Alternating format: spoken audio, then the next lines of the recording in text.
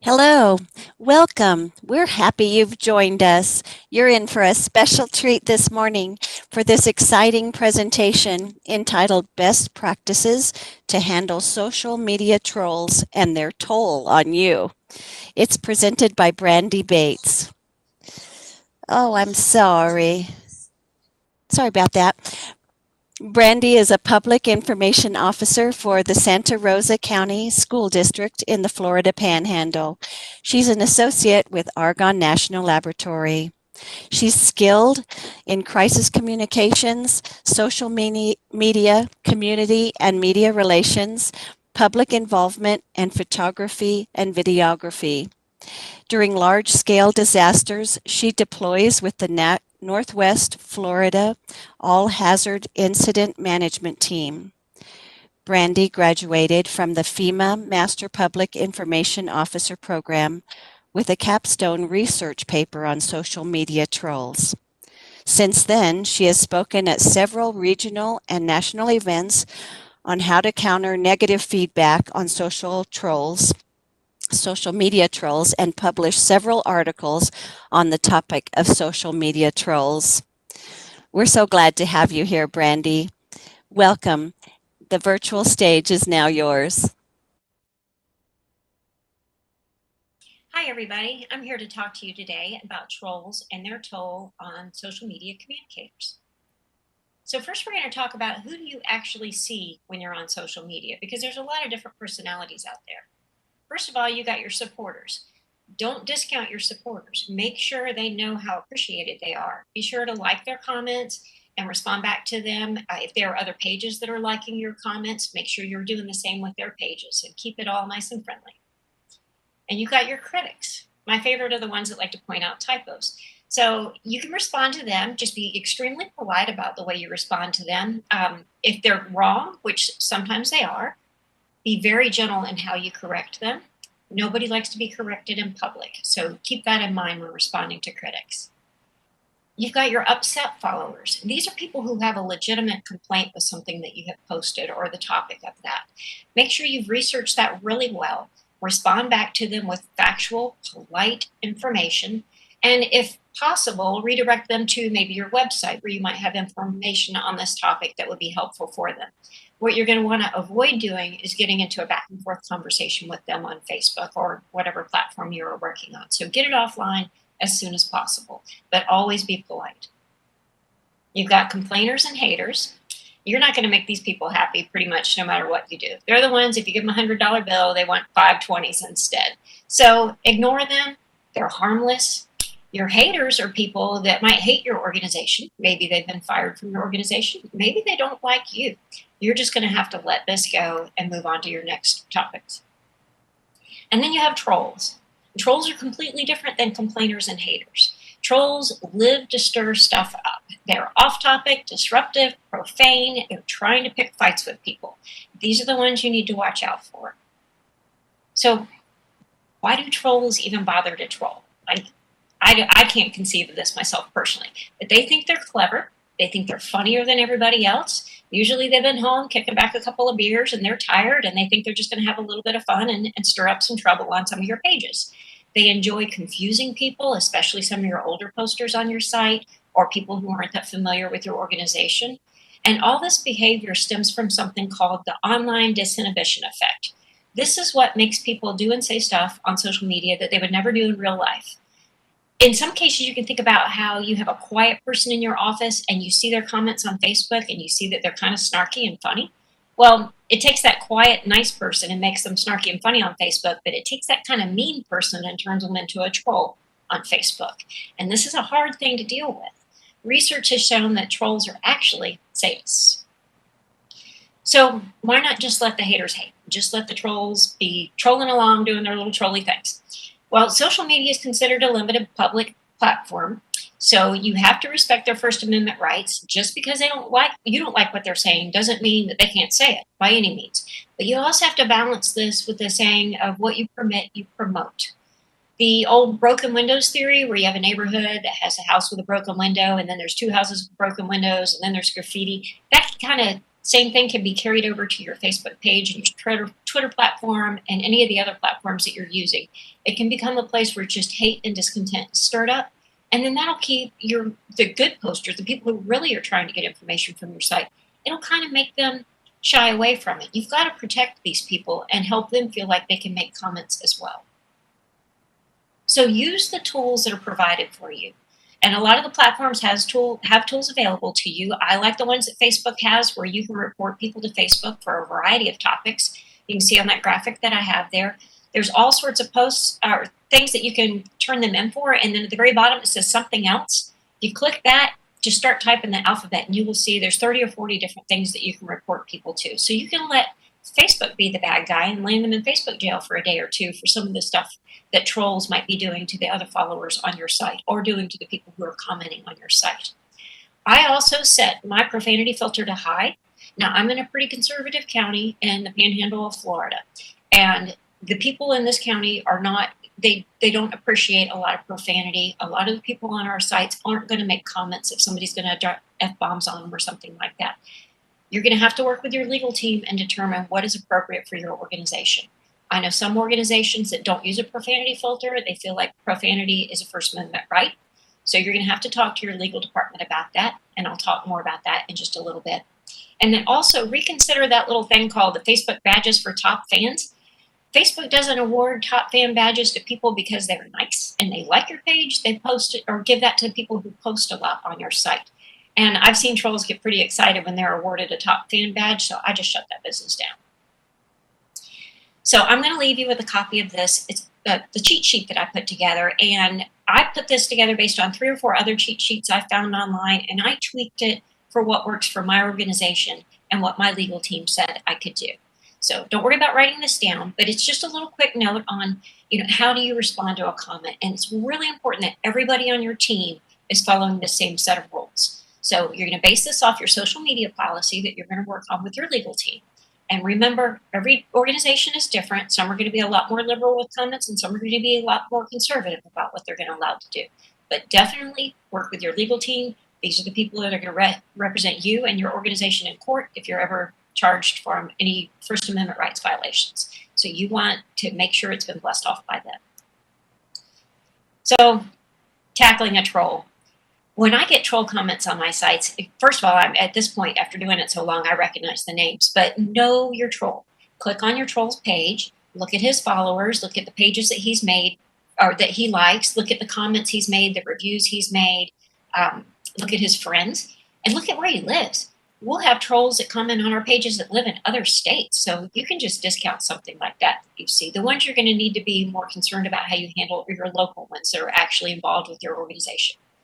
Don't react emotionally. Sometimes that's hard to do. That's what that cheat sheet is for on the other page. Steer your conversations offline quickly, like I talked about with the complainers. You do not want to get in a back and forth with anybody on any social media platform. But you do have to protect your public from bullies.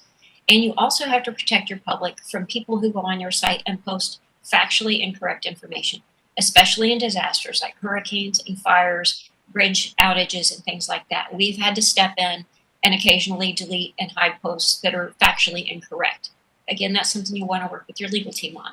So you're going to report, ignore, respond, hide, or delete a comment that's in violation of your policy.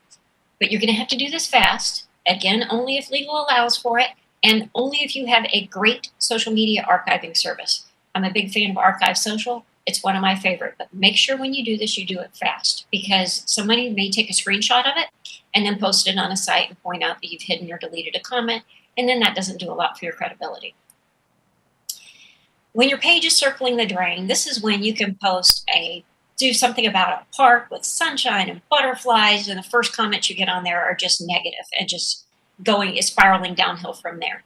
So what I like to do is I make sure that, and you'll want to do this as well, make sure your personal Facebook page or your Twitter site, or you're all locked down so that it's friends only.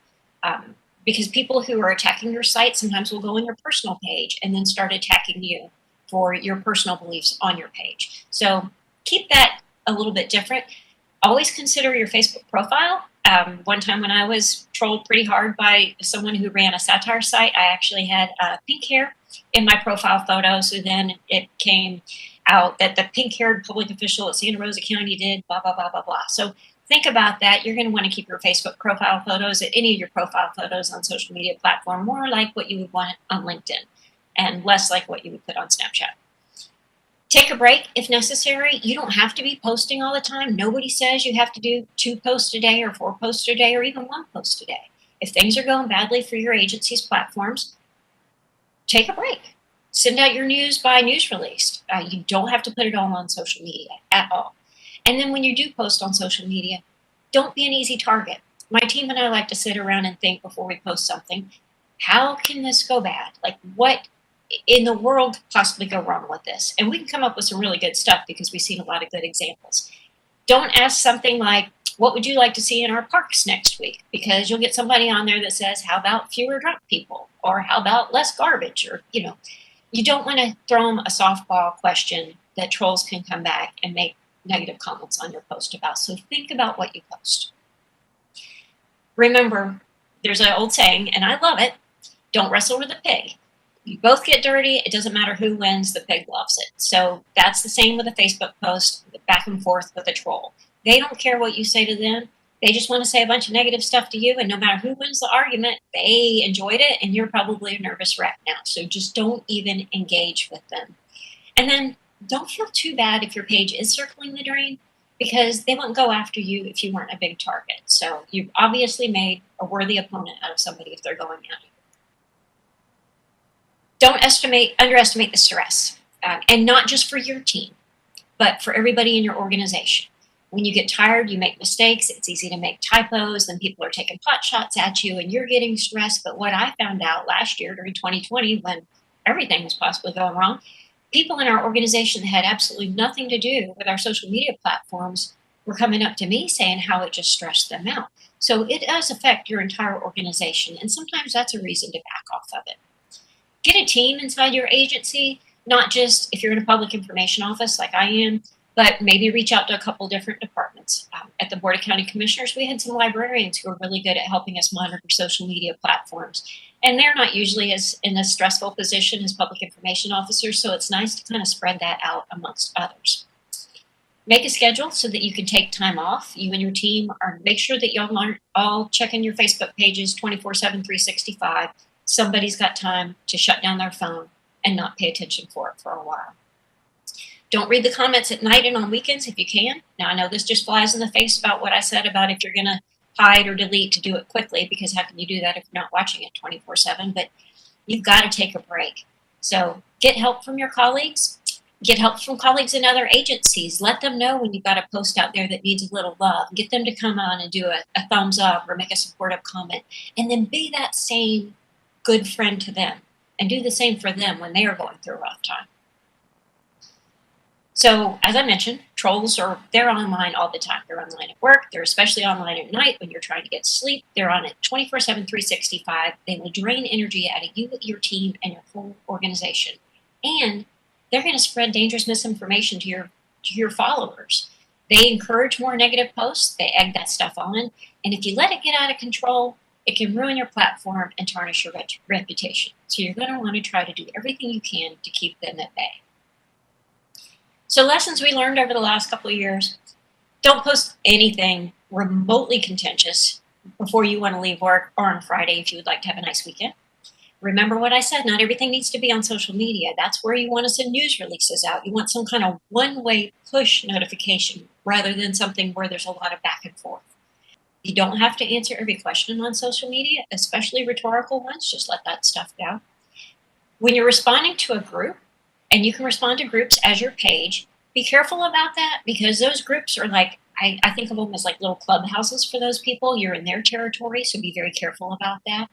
I had a situation where some negative stuff was said about the county in a group where I knew some of the people who were commenting, and it actually was more beneficial for me to respond as myself than as the county, because the county looks like this big bureaucracy. But when I got on there as Brandy Bates and made a comment and straightened out the information, the misinformation, they were a little more amenable to that. So try that approach when you know people in that group, and be really careful about barging into some group as your organization.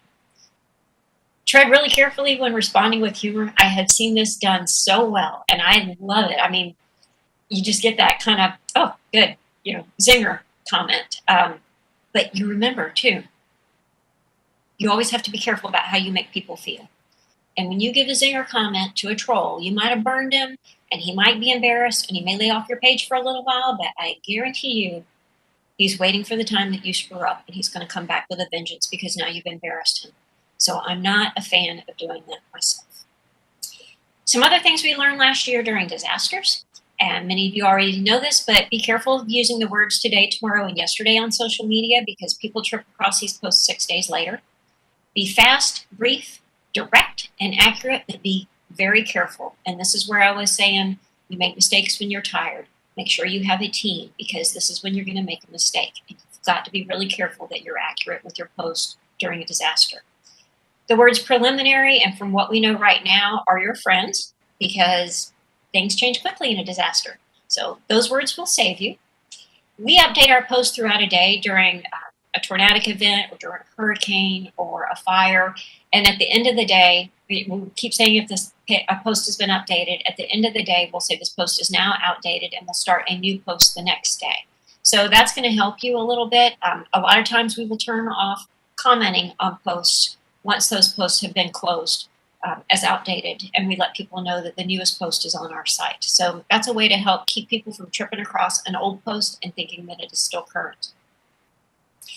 Talked about a social media policy. If you do not have a social media policy, you basically don't have the rules for how you can play on your Facebook platform or your Twitter site. You've got to have the rules up there so that you can call people out on stuff if they are not abiding by them. So get with your legal team. If you don't have one, call them tomorrow and say, I need to get in your office in the next week or so, well, next few days, and get a social media platform or a social media policy. Put this on every platform that you have, and make sure you abide by it consistently. Just because somebody's kind of joking around and you know this person personally, if they are not abiding by your policy, you need to treat them the same way you would treat a troll. And help your leadership understand how important this is, and help them understand what you're seeing. You may have to show them some of the posts for them to really get a grasp of what you're dealing with. Aristotle said the antidote for 50 enemies is one friend. I like to say a couple thousand friends. So do your best to invite people to like your page. You can do this based on posts. Make sure you sort it by reaction. On this particular post, you don't want to invite the 2 people that were mad about it or the 17 people that laughed about this one particular post to invite your page. Don't do it too quickly, or Facebook will throw you in Facebook jail. Well, they'll let you make posts, but they won't let you invite people for a while, because I did that. About 100 a day. And make sure that they know that they're appreciated after you've invited them. And when you reach that 5,000 followers or 50,000 followers or 500,000 followers, do a little post and let them know how appreciated they are. So when you're boosting posts, and I love to boost posts, be very careful about it. Once you've boosted a post, Facebook locks it down for editing. And that's going to be pretty difficult for you if you've got a boost that's out there and it's doing really well and it's about to go viral. If you've made a mistake, in this particular one we had a typo, you can't go back and edit it. So make sure that you've got it perfectly written, and make sure it's not garnering any negative attention before you boost it. If it's in a public place, make sure, in this particular instance, we have a child. Make sure you got a photo release of that child. This post got 25 angry faces on it, and I think most of them are because they didn't like the fact that the child's photo was on there. So think about what you boost. This one now is over 3 million people have been reached on it, and I was pretty excited about that until I realized a lot of the people who ended up liking her page don't even live in the United States. So viral posts aren't necessarily bringing you quality fans, even though viral posts seem to be the holy grail of posts on Facebook and social media. So keep that in mind. So in my studies on trolls, I also kind of got into why facts don't change people's minds, because I had this crazy idea that if I put the right information out there, I would change people's minds and they would believe it and all would be well. That's not necessarily true. People get so much information online, it's really hard for them to decipher what's right and what's not right. And unfortunately, a lot of people don't do their own independent research to determine that for themselves. It just comes down to a matter of how many times they've heard something. So the more and more they hear something factually incorrect, unfortunately, the more likely they are to believe it. And one thing I've learned the hard way is even after you explain to them and you convince somebody that the information that they received the first time is incorrect, give them 6 months and they actually end up reverting back to the incorrect information. That's very frustrating for us as social media managers and public information officers. False information is spread so much more quickly and so much further than positive information. It can make it a real challenge to get the right information out there. And some unusual information I found out was that less agreeable, less educated people are more likely to share false posts just because it backs up their beliefs. And actually, the stats were less agreeable, less educated men were more likely to do that. But I changed it to people on this particular slide. But that's just the facts. So, as a public information officer or someone who's in charge of getting information out on your social media platforms, what do you need to do to get the right information out there? Well, I try to think of why people don't want to believe my information. Is it based on their culture? Is it based on their fears? Is it based on something that they have just seen over and over repeatedly and I just can't get through that? So if you can kind of get behind what makes them not want to believe you instead of focusing on why they don't believe you, maybe that can help you craft a better message.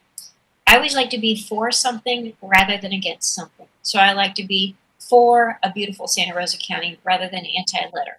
I like to be for safe driving rather than anti-speeding. And I find that that's usually more palatable for people.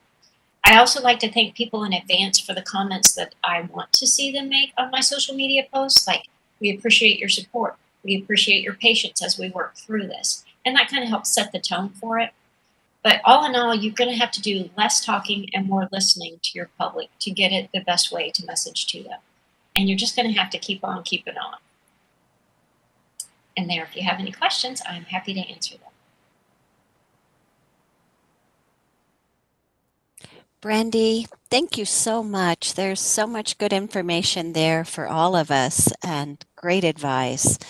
I think we all can share that later with somebody that we know needs to hear that. Thank you. I was happy to do it. Thanks, Brandy. I know you have an update on some of Facebook setting. Would you like to share that with us? Yeah, so Facebook sometimes will change things without really giving you a heads up. One thing that just recently changed is the profanity filter settings. And I used to recommend, at least for the school district where I work, that you set the profanity filter to high.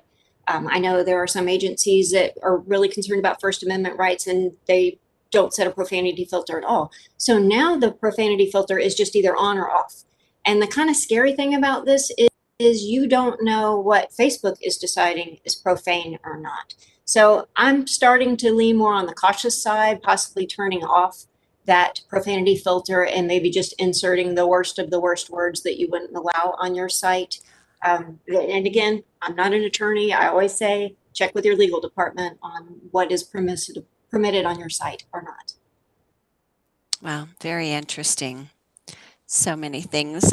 I'm sure people have questions about Facebook. If you have a question for Brandy or a comment, feel free to enter it in the chat, and I'm monitoring that, so I will get to that.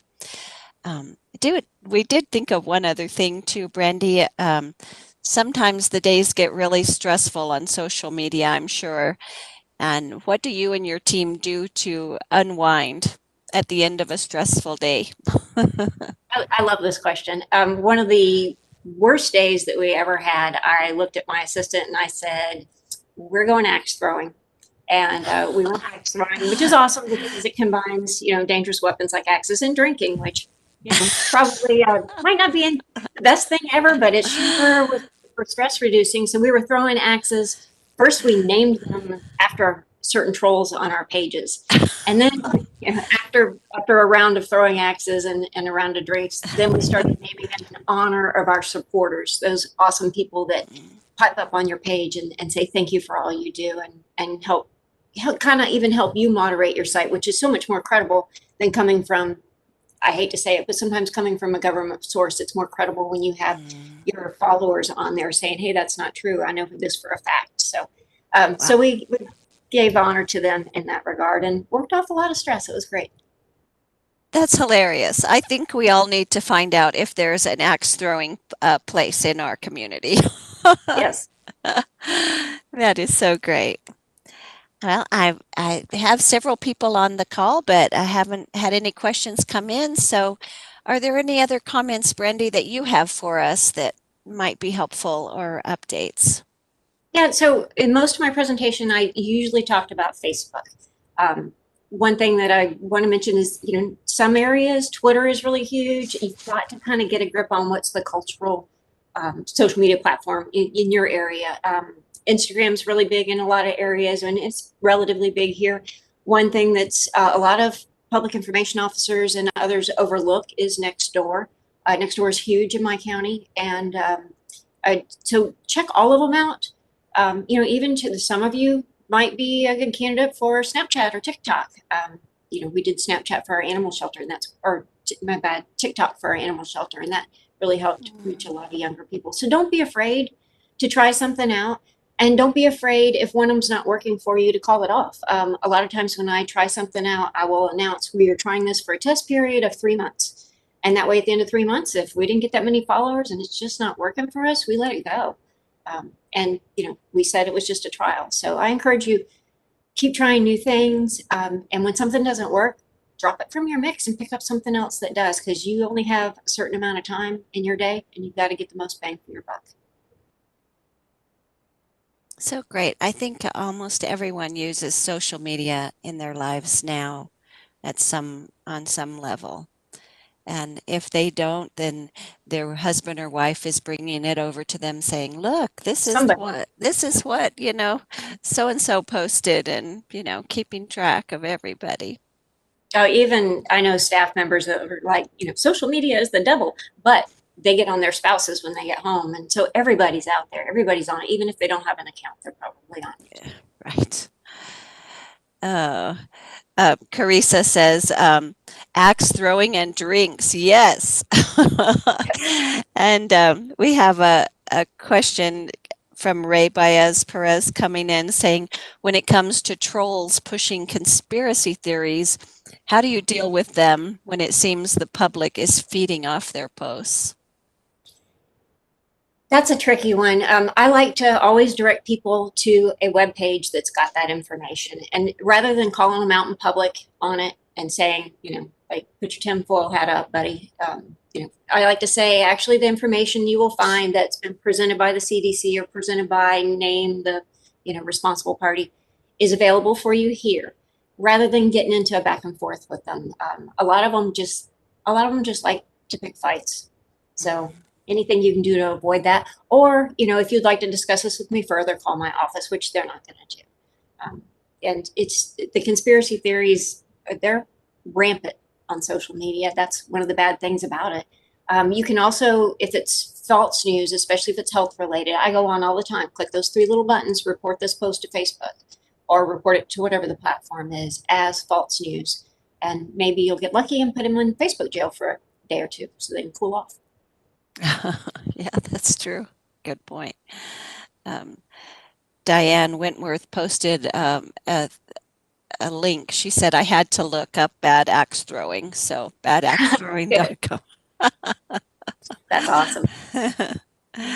Let me see one new thing that I've just discovered here, now that I'm working for the school district, and we have multitudes of social media platforms that all the schools have, and a couple of them have had those page administrators moved or retired or no longer there, and so now they have these pages that they don't have control over.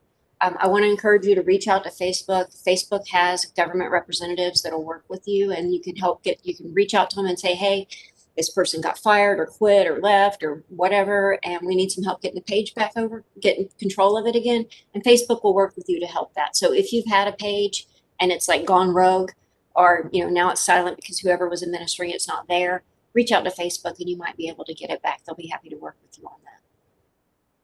That's so good to know. I volunteer with a nonprofit, and that happened. The person who put it up,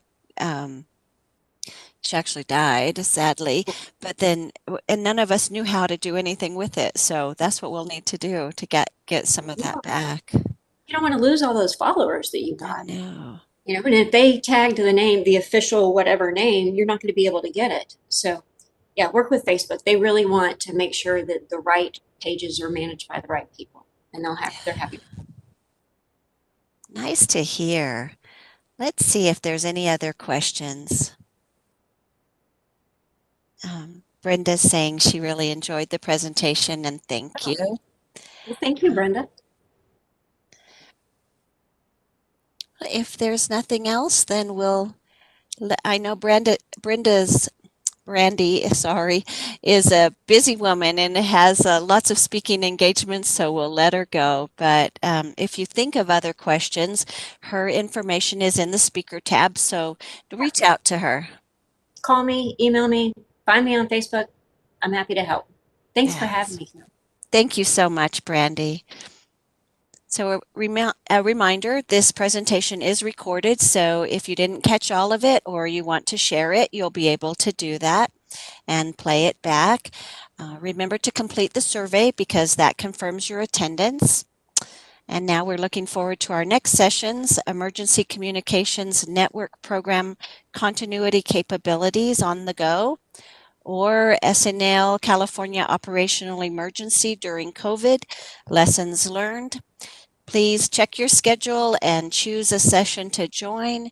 And then later this evening, 4 o'clock Mountain Time, if you can join us for our social hour, we'll love to see you there. Bye, everybody. See you soon.